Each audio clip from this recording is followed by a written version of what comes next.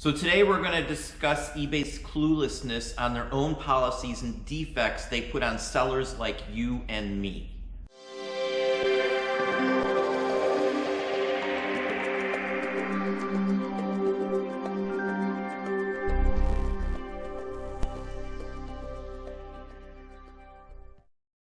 Hey, it's Don. Today we're going to discuss an issue that eBay hit us with the other day. Now, I was dinged 2 defects for this little item right here. You might not even be able to see what it is or tell what this is at all. Now, I was first told I was selling uniforms that are current and government issued that can't be legally sold, is what they first told me. Not only that, then they dinged me as well for selling police-related items.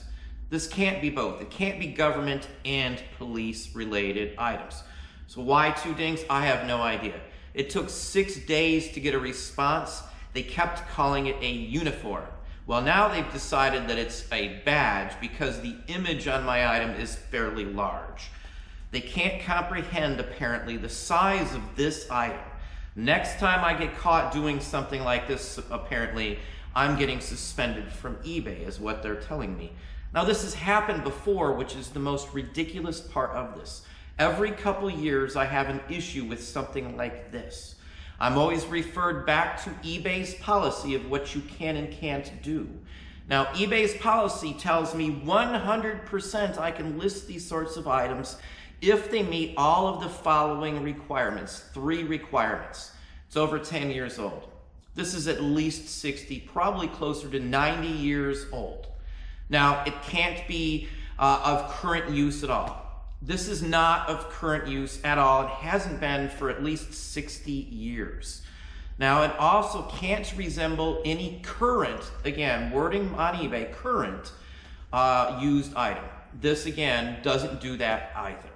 Now, this isn't a badge of any sort. This can't be confused as a badge of any sort either. Again, we're coming down to the size.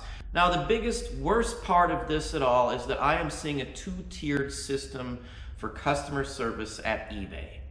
Now, I used to have anchor store support the last time this happened, and it was cleared up, supposedly. Now, last time I was told it was fine, they fixed it, all the other stuff, so I just let it go, didn't even think a thing about it, didn't go on or worry about anything else. Now I'm told, since I was warned before, again, talking about the other one, which again, I didn't do anything wrong last time, it's final warning right here for this. Now, calling customer support is impossible. Now, we did drop our anchor store support because it wasn't worth $300 a month just for the phone difference. That was it.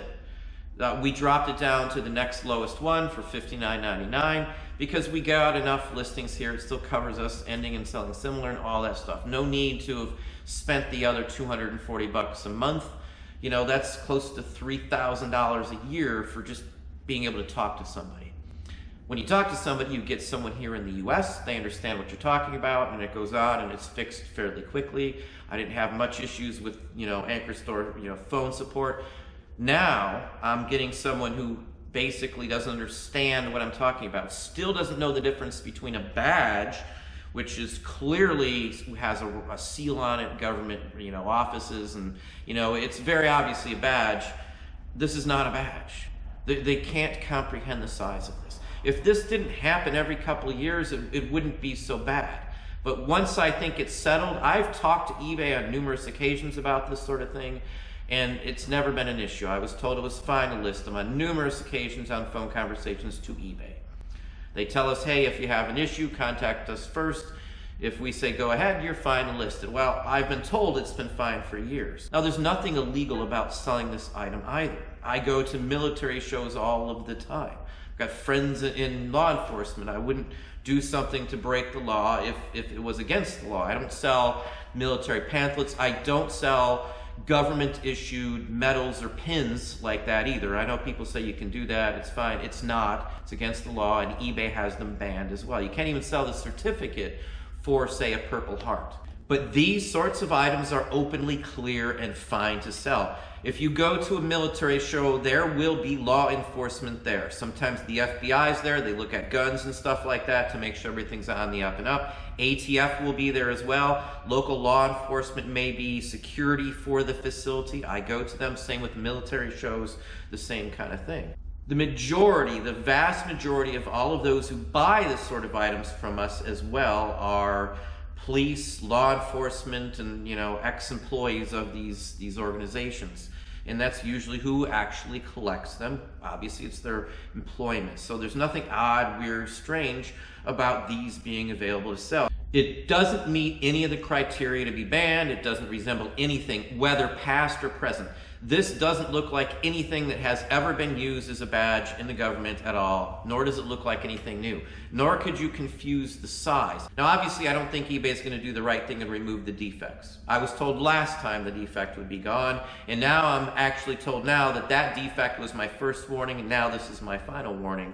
Again, they can't even state by pointing me to a policy that I can't list this at all. Now, I don't know what can and can't be listed in so many different categories, because when they refer you to the actual user agreements, the policies for it, we follow the policies, and then we're told that there's some other thing, another reason why they're going to ding me for violating the policy, even though they can't point it out to me. With Anchor Store support, I never really had an issue with this. It was fixed very quickly without any problems at all. Now, I know people will say, well, eBay for Business is far better, you should contact them.